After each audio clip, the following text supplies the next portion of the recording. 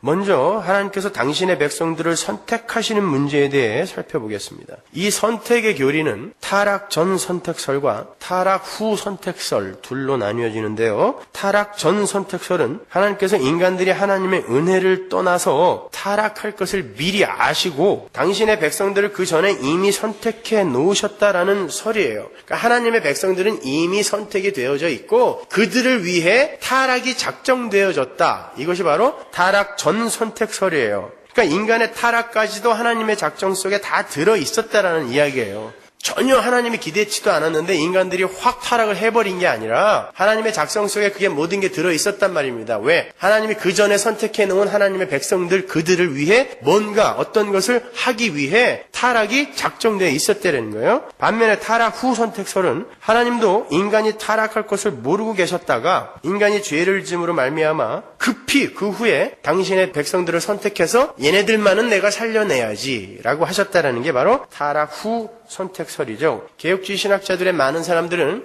전자인 타락 전 선택설을 지지하고 저도 마찬가지예요. 하나님께서 전지전능한 하나님께서 모든 걸 다 아시고 모든 걸 다 하실 수 있는 그 분이 인간들이 자기의 의도와 상관없이 얘네들은 타락하지 말게 지었는데 얘네들이 내 의지와 상관없이 타락을 해버림으로 말미암아 급히 어떤 차선책을 내놓아야 하는 그런 하나님이라면 그분은 전지전능한 하나님이 아닌 거 아닙니까? 그런 하나님이 그렇게 실수하는 하나님을 우리가 어떻게 믿고 우리의 영혼을 맡깁니까, 여러분? 그 하나님의 선택이 성경에 어떻게 설명이 되고 있는지 한번 볼게요. 먼저 첫 번째 약속의 후손인 이삭의 탄생을 성경이 어떻게 그리고 있는지 한번 보겠습니다. 창세기 17장 17절로 가보세요. 아브라함이 엎드려 웃으며 심중에 이르되 100세 된 사람이 어찌 자식을 낳을까? 사라는 90세니 어찌 생산하리요 하고 아브라함이 이에 하나님께 고하되 이스마엘이나 하나님 앞에 살기를 원하나이다. 하나님이 가라사대 아니라 내 아내 사라가 정녕 네게 아들을 낳으리니 너는 그 이름을 이삭이라 하라. 내가 그와 내 언약을 세우리니 그의 후손에게 영원한 언약이 되리라. 아브라함에게 하나님이 개입하지 않았다면 이삭이라는 사람은 절대 태어날 수 없는 사람이에요. 아브라함이 99세 때 도저히 인간의 생식 방법으로는 자손의 탄생이 불가능한 상태에서 하나님께서 찾아오세요. 하나님께서 아브라함에게 약속의 후손인 이삭을 주시겠다라고 하세요. 그러니까 이삭은 인간의 태로는 태어날 수 없는 지경에서 하나님에 의해 하나님이 준비하시고 하나님이 생존케 한 자인 거예요. 이스마엘과 이삭이 모두 태어난 후에 그리고 태어날 가능성이 있는 상태에서 이삭만을 선택한 것이 아니라 이삭이라는 인간은 도저히 태어날 수 없는 상태에서 하나님이 준비한 인간이 그 인간이 태어날 수 없는 태에 들어가서 하나님에 의해 이 땅에 나오는 거예요. 이건 여러분 잘 구별하셔야 돼요. 이거는 제가 한 1, 2년 더 있다가 설명을 해드리려고 그랬는데 시간이 아무래도 촉박한 것 같아서 한 단계 지금 업그레이드해서 설명해 드리는 거예요. 이거는 성경에 대한 올바른 지식이 제대로 쌓여지지 않은 사람들에게는 굉장히 오해를 불러올 소지가 있는 이야기이기 때문에 그래요. 잘 들으셔야 말해요. 이스마엘과 이삭이 모두 태어난 후에 하나님께서 그 둘 중에 한 사람을 고른 게 아니라 아예 처음 태어날 때부터 이 아이는 내 자식이다. 이 아이는 이스마엘하고는 달라라고 결정하신 후에 이 땅으로 보내신 게 이삭이란 말이에요. 우리가 함께 살펴본 것처럼 야곱도 그가 태어나기도 전에 이미 어머니의 복 중에서 하나님의 사랑을 받는 자였어요. 야곱과 에서가 모두 이 땅에 나온 뒤에 그 중에 하나를 고른 게 아니란 말입니다. 뿐만 아니라 하나님은 야곱이 나중에 하나님을 믿게 될 것을 내다보시고 그를 사랑한 것도 아니에요. 그걸 예지예정설이라고 그랬죠. 거기에 대해서는 제가 요한복음 강의에서 자세하게 설명해드렸으니까 그걸 참조하세요. 제가 안다라는 단어가 성경에서 어떤 의미로 쓰였는지 제가 언약의 언어로 그 단어를 설명해드린 적이 있어요. 잘 이해가 안 가시는 분들은 요한복음 10장 강의를 다시 한번 들으세요. 그렇게 야곱이 태어나기도 전에 하나님의 사랑을 받는 자로 지목이 되었다는 것은 그들이 같은 뱃속에 있었지만 둘은 완전히 다른 사람이었다는 것을 보여주는 거예요. 왜? 인간의 뱃속에서 태어나는 자는 하나님께 사랑을 받을 수 있는 자가 한 사람도 없어요. 다 죄인이기 때문에. 그런데 어머니 뱃속에서 이미 하나님의 사랑을 받는 자가 생겨난 것입니다. 이게 어떻게 된 거냔 말이에요. 성경의 일관성에 위배가 되는 그런 이야기예요. 한 사람은 하나님의 백성으로, 한 사람은 유기될 사람으로 이미 결정이 되어진 상태로 어머니 뱃속에 들어 있었다는 거예요. 그러면 사도 바울은 어땠는지 한번 볼까요? 갈라디아서 1장 15절. 그러나 내 어머니의 태로부터 나를 택정하시고 은혜로 나를 부르신 이가 그 아들을 이방에 전하기 위하여 그를 내 속에 나타내시기를 기뻐하실 때에 내가 곧 혈육과 의논하지 아니하고. 사도 바울이 자신은 태어나기 전에 이미 사도로, 성도로 택함을 받았대요. 태어나기 전에. 그러니까 자신은 이미 태어나기도 전에 하나님이 사도로 쓰시기 위해 사도용으로 바울을 만들어서 이 땅에 던져 넣으신 거예요.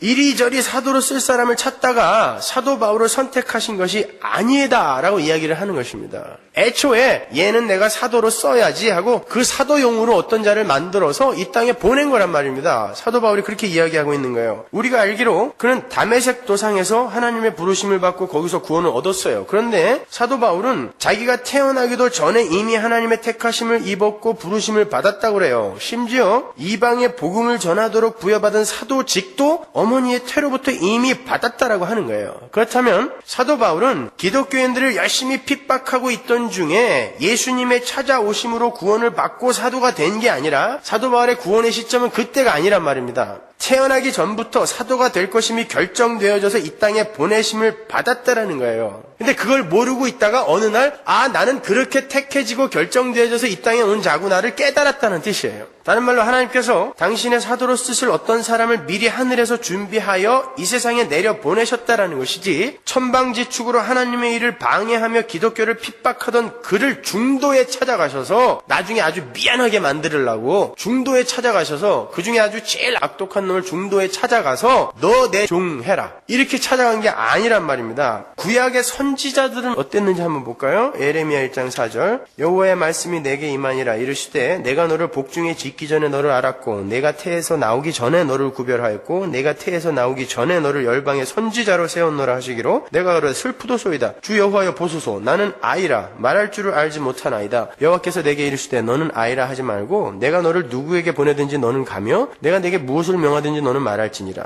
너는 그들을 인하여 두려워 말라. 내가 너와 함께하여 너를 구원하리라. 나 여호와의 말이니라 하시고. 예레미야의 이야기예요. 하나님께서 예레미야에게 말씀하시기를 당신께서 예레미야를 선지자로 쓰시려고 이미 예레미야가 태어나기도 전에 그를 열방의 선지자로 세웠다 그래요. 그런데 예레미야는 그때까지 자기가 그렇게 복중에서 선지자로 선택받은 사람인지 전혀 몰랐어요. 깜짝 놀라서 하나님 저는 너무 어려요. 너무 슬퍼요. 이렇게 이야기를 하고 있어요. 그렇게 하나님의 소명을 거절하는 것을 보면 그는 자신이 그렇게 복중에서부터 선지자로 세움을 받았다는 것을 전혀 모르고 있었음이 확실한 거예요. 근데 어느 날 하나님께서 그에게 찾아오셔서 사실 너는 내가 쓰려고 창세전에 구별하여 이 세상에 보낸 나의 종이야. 너 몰랐지? 이렇게 찾아오신 거예요. 바울도 마찬가지예요. 그는 다메섹 도상에서 주님을 만나기 전까지 자신이 예수 그리스도를 전하는 이방의 사도로 복중에서 택해진 사람이라는 걸 전혀 알지 못했어요. 그는 자신이 어떻게 이 땅에 보내진 자인지 까맣게 모르고 오히려 예수님을 핍박하는 자로 살고 있었던 것입니다. 그런데 하나님께서 그에게 나타나셔서 너는 내가 이방의 사도로 쓰려고 창세전에 구별하여 이 땅에 내려보낸 사람이야 라고 말씀을 해주신 거예요. 사도는 그때 비로소 자신이 태어나기도 전에 하나님의 작정과 예정 속에서 성도로 사도로 택함을 받은 사람이었다는 것을 알게 된 거죠.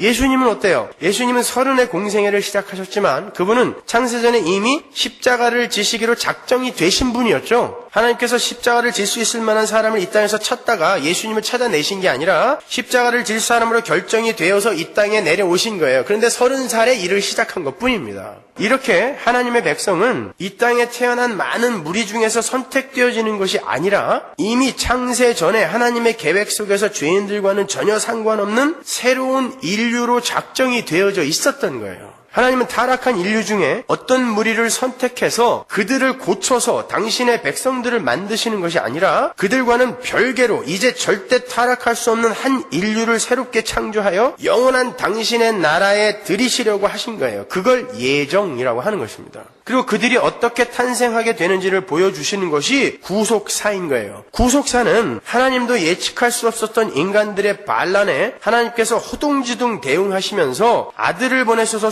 학습을 하는 이야기가 아니라 이제 다시는 하나님의 말씀을 어기고 선악과를 따먹지 않는 새로운 인류의 탄생이 어디에서 출발하여 어떻게 창조가 될 것인지를 시간과 공간 속에서 보여주는 것을 말하는 거예요. 구속사는 이렇게 많은 불특정 다수 중에 하나님이 누구를 어떻게 택할까 이렇게 하나하나 택해가는 역사가 아닌 것입니다. 구속사는 이 세상에 태어나는 전부 사망으로 떨어져 죽어야 할 그 인간들과는 다른 새 인류가 어떠한 방식으로 창조가 될 것인지를 보여주는 게 구속사지, 그들 중에 누가 택해지는 게 구속사가 아닌 거예요. 완전히 다른 인류란 말입니다. 따라서 하나님의 백성은 아담 속에서 범죄함으로 하나님의 진노 아래 영원히 유기가 될 모든 인간들 중에서 일부가 선택이 되어지는 게 아니에요. 그들과는 완전히 별개의 새로운 인류가 사망으로 결론 지어질 이 세상에 잠시 나그네요 이방인으로 왔다 가는 것일 뿐이에요. 그래서 성도를 나그네요 이방인이라고 하는 거예요. 이 세상에 속한 자들이 아닌 것입니다. 원래부터, 태어날 때부터. 그리고 그들을 위해서 아담의 범죄가 하나님의 작정 속에 들어있던 거고, 그로 말미암게 되는 많은 사망의 증상들이 하나님의 새로운 창조물들에게 교육용으로 제시가 되는 게 역사예요. 그렇다면 하나님께서 죄를 조성하셨다는 말인가요? 아담의 타락이 작정이 되어 있다면 여러분, 죄라는 걸 여러분이 잘 정의 내리고 계셔야 돼요.